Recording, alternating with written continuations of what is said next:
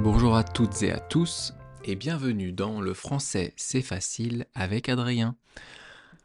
Aujourd'hui on est le vendredi 4 avril 2025. J'espère que vous allez bien. Moi j'ai un petit peu mal à la gorge, mais sinon ça va. Et aujourd'hui, le 4 avril 2025, eh bien c'est les 50 ans on fête, enfin ceux qui le veulent bien sûr, on fête les 50 ans de la création de Microsoft par Bill Gates et Paul Allen. Et oui, Microsoft a 50 ans. Cette société américaine, très connue pour ses logiciels d'ordinateur, a été créée le 4 avril 1975. Le 4 avril 1975.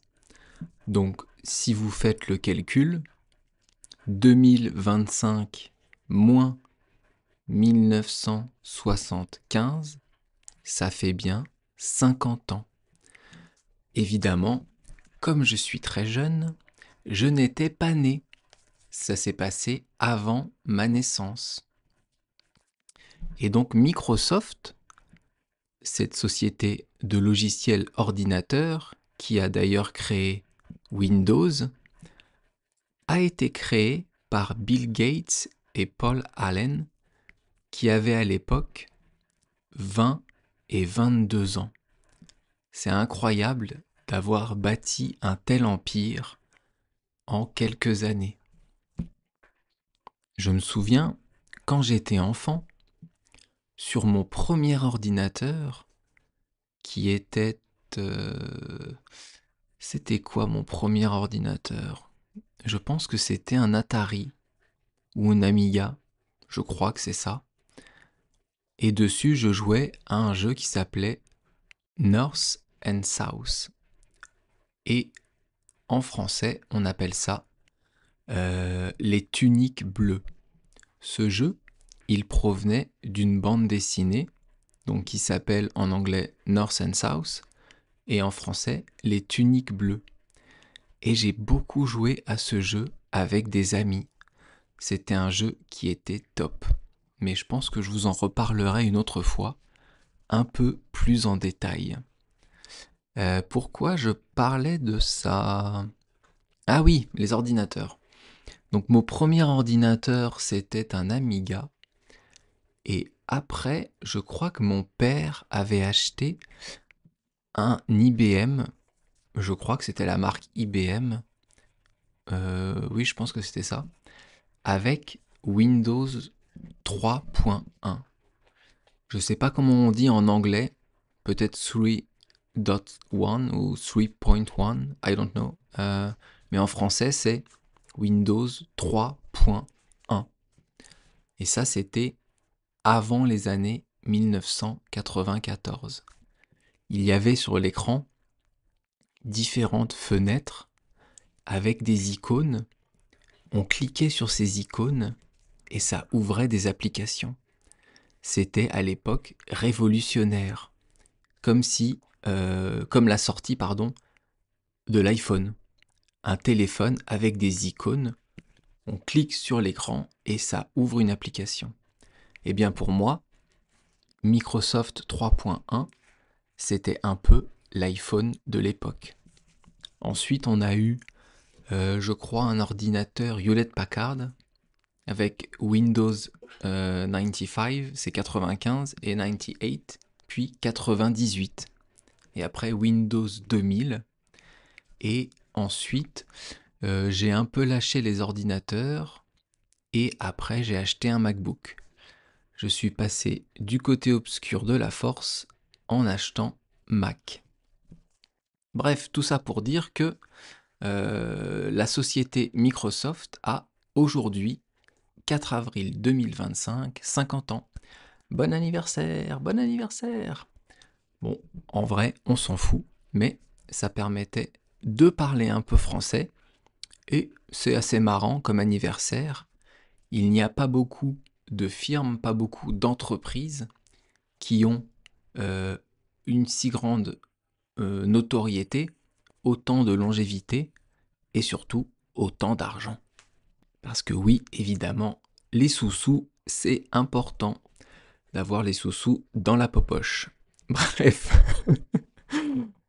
personne va avoir la référence, mais c'est pas grave. Et maintenant, on va étudier, comme promis avant-hier, la fonction des mots. Car hier, nous avons fait une fable de La Fontaine. Avant-hier, la nature des mots.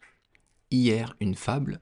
Et aujourd'hui, on reprend notre marche en avant du français et on va parler de la fonction des mots. Alors la fonction des mots, c'est quel rôle il va avoir dans la phrase. Je vais vous prendre une image, une métaphore, une comparaison. Moi, je suis un homme, c'est ma nature, et quand je vais travailler, mon travail, c'est ma fonction. Une personne qui travaille, je sais pas, en boulangerie, c'est un homme, c'est sa nature, et sa fonction, c'est boulanger, si il est à son travail. Mais quand il revient chez lui, sa fonction, c'est père de famille. Donc suivant le moment de la journée, l'homme, la personne, a des fonctions différentes, soit boulanger, père de famille, mari, frère, etc., etc.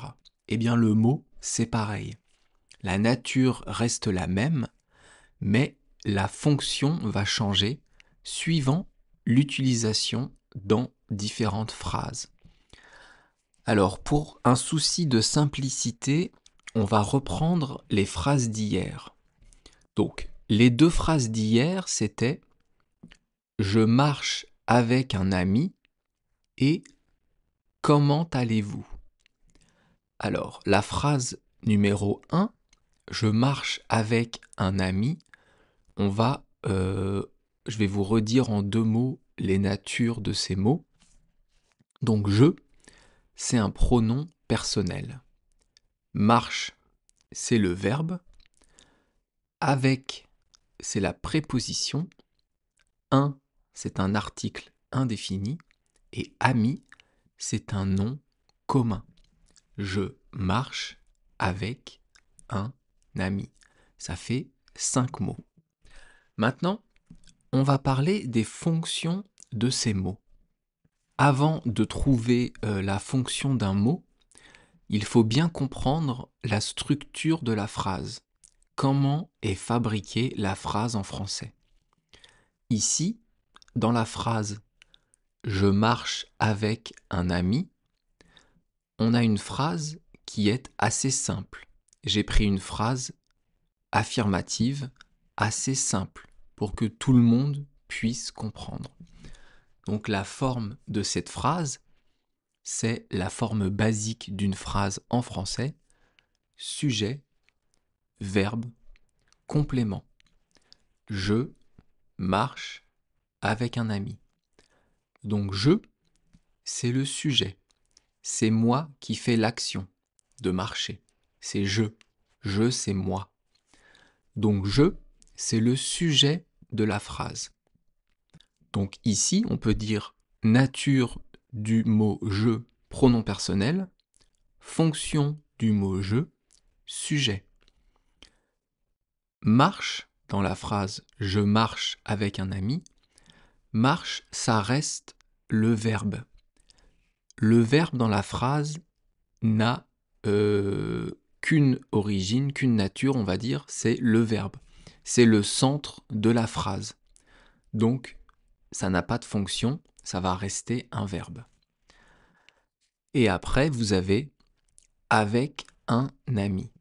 Ici, on ne peut pas dire que avec a une fonction, que un a une fonction. En fait, ici, il faut voir ces 3 mots, avec un ami, comme un complément de mots. Pardon, comme un groupe. C'est un complément d'objets indirects. Donc c'est en fait ce groupe de mots qui va avoir une fonction. On a parlé du complément d'objet indirect. J'ai fait un cours là-dessus déjà. Dans quel podcast? Alors attendez. Une seconde. COD, COI. Dans le podcast qui s'appelait Parler à un mur. Donc si vous voulez plus d'informations sur le complément d'objet indirect, je vous invite à aller écouter le podcast 87, Parler à un mur.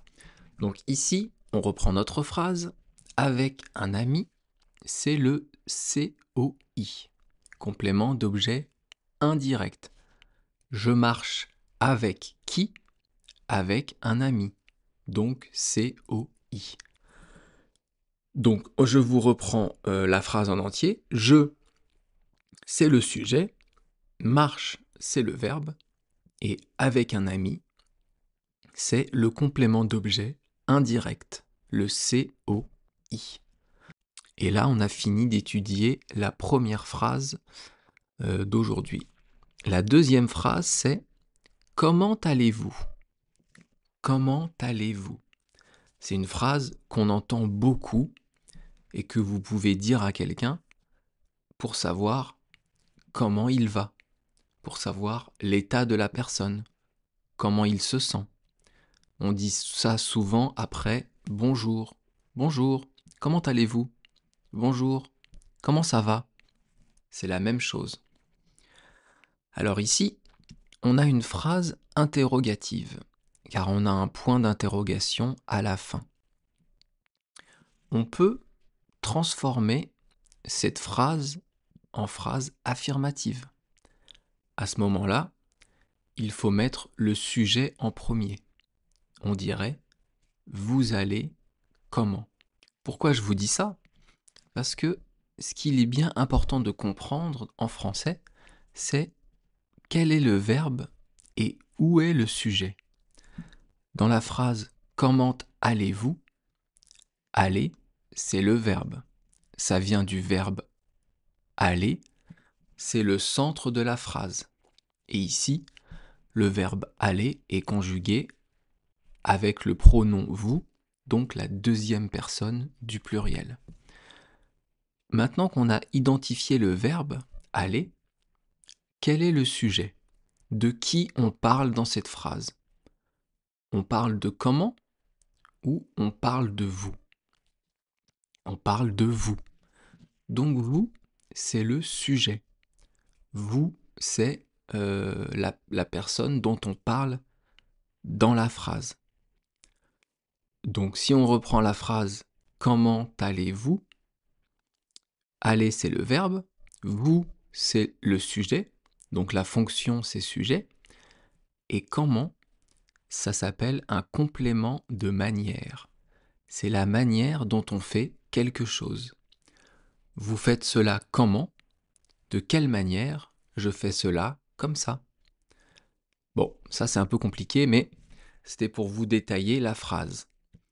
Donc là, même chose, on a 3 mots avec des natures et des fonctions différentes, sauf le verbe qui reste un verbe. J'espère que vous avez un peu mieux compris avec ces 3 podcasts la nature et la fonction des mots. Si vous voulez poursuivre en français, continuer à vous améliorer, vous pouvez bien sûr écouter des podcasts comme le mien, et merci beaucoup. Vous pouvez aussi travailler la grammaire, et en travaillant cette grammaire, c'est bien important de comprendre la nature et la fonction d'un mot. Et maintenant, après cette longue description des fonctions des mots, on va parler de l'expression du jour qui s'appelle « avoir deux mains gauches ». Avoir deux mains gauches. Alors, elle est marrante cette expression, parce que personne n'a deux mains gauches. Tout le monde a une main droite et une main gauche. Là, vous ne me voyez pas, mais je suis en train de bouger les doigts de ma main droite et les doigts de ma main gauche. J'ai une main droite et une main gauche. J'écris avec ma main droite. Alors, c'est quoi la nature des mots pardon, de cette expression? Alors, je devrais peut-être pas dire nature parce que maintenant, vous savez ce qu'est la nature et la fonction d'un mot. Je vais plutôt dire que je vais vous expliquer les mots de cette expression. Avoir, on en a déjà parlé beaucoup, ça peut être un auxiliaire ou un verbe. Donc on va continuer sur les conjugaisons. Avant-hier, on a vu, je crois, trois temps, pardon, présent, imparfait et futur, les verbes, les temps basiques. Aujourd'hui, on va refaire le présent, parce que c'est un temps qui est très important en français, et il faut absolument le connaître pour décrire les moments présents, les choses qui se passent actuellement. Et on va faire le passé simple. Oui, passé simple. Alors, avoir au présent, ça donne j'ai, tu as, il a, nous avons, vous avez et ils ont. Je laisse un peu de temps à chaque fois pour que vous puissiez donner la prononciation avant moi. Ça vous fait réviser. Et maintenant, le verbe avoir au passé simple. Bon, c'est une forme qui n'est pas très utilisée, mais on la voit de temps en temps, donc on y va. Alors, avoir au passé simple, j'eus, tu eus, il eut, nous eûmes, vous eûtes et ils eurent. C'est toujours marrant de prononcer le passé simple du verbe avoir parce qu'il y a beaucoup de sons U. J'eus, tu eus, il eut, nous eûmes, vous eûtes, ils eurent. C'est un bon exercice de prononciation. Et on va passer maintenant donc au deuxième mot de l'expression avoir deux mains gauches. Deux, c'est le chiffre. Ça s'écrit D, E, U, X. 1, 2, 3, 4, 5, 6, 7, 8, 9 et 10. Là, je viens de compter de 1 à 10 avec mes doigts. On se sert des doigts pour compter quand on est enfant. À chaque fois que je donne un chiffre, je vais baisser mon doigt, je vais le plier. 1, 2, 3, 4, 5. Là, j'ai plié tous les doigts de ma main droite. 6, 7, 8, 9 et 10. Et là, j'ai les deux mains fermées, j'ai les 10 doigts pliés. Donc les mains, vous avez compris, c'est le bout des bras, et on a 10 doigts. Et enfin, le dernier mot, c'est gauche. Gauche, j'en ai déjà un peu parlé, c'est l'inverse de droite, c'est l'opposé plutôt de droite. Moi, je suis droitier, j'écris avec la main droite. Il y a des personnes qui sont gauchères, elles écrivent avec la main gauche. La droite, la gauche. En géographie, quand on regarde une carte du monde, on va dire plutôt l'Est et l'Ouest. L'Est, c'est vers la droite. L'Ouest, c'est vers la gauche. Si vous regardez la carte de France, l'Alsace, la Lorraine, ou des villes comme Strasbourg, Nancy, elles se situent à l'Est. Et une ville comme Brest, ou la Bretagne, ça se situe à l'Ouest, à gauche. Nancy à droite, Brest à gauche. Et maintenant, on a vu, pardon, avec ça, tous les mots de l'expression avoir deux mains gauches. Alors ça veut dire quoi, avoir deux mains gauches? Avoir deux mains gauches, ça veut dire être maladroit, être malhabile. On dit aussi être gauche. C'est faire tomber des choses souvent. Moi, quand j'étais enfant, j'étais maladroit. Souvent, je me cognais dans les murs. Je faisais tomber des vases. Voilà, j'étais maladroit.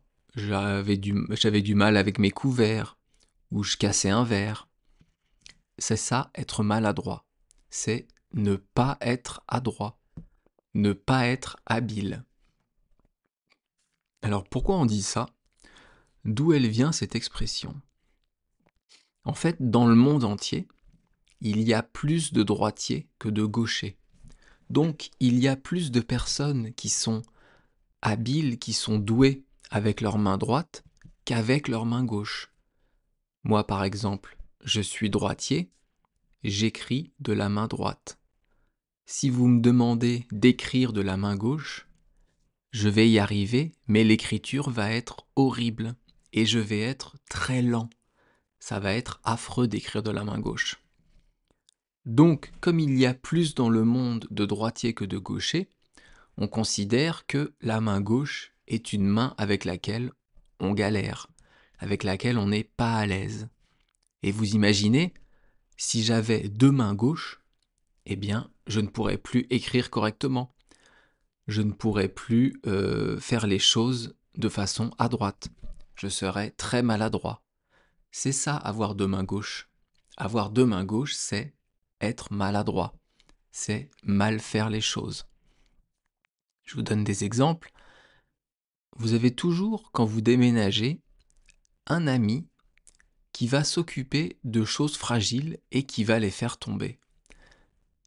Un vase, une caisse avec des bibelots, avec des objets cassants. Dans les escaliers, le gars, il va tomber. Il va pas faire attention. Eh bien, cette personne, elle est maladroite. Elle va venir vous aider à déménager, mais elle va faire plus de problèmes qu'autre chose. Eh bien, vous pourriez lui dire, toi, t'as vraiment deux mains gauches. C'est quelque chose d'un peu humoristique, un peu rigolo, c'est gentil. Ce n'est pas quelque chose d'insultant. C'est quelque chose que vous pouvez dire à des amis, à des connaissances, à la famille.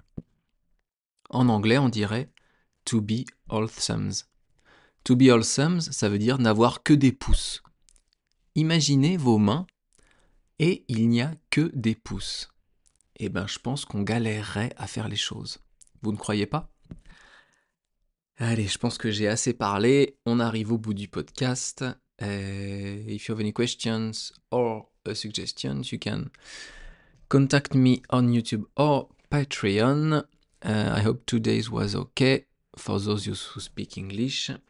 Tell me if it's not, and tell me if you have any French idioms or French expressions that you want me to study. じゃあ、日本語は、それだけです。今日は、それだけです。以上。またまたね。ありがとうございました。Merci beaucoup, à bientôt. Bye bye, hasta luego. またね。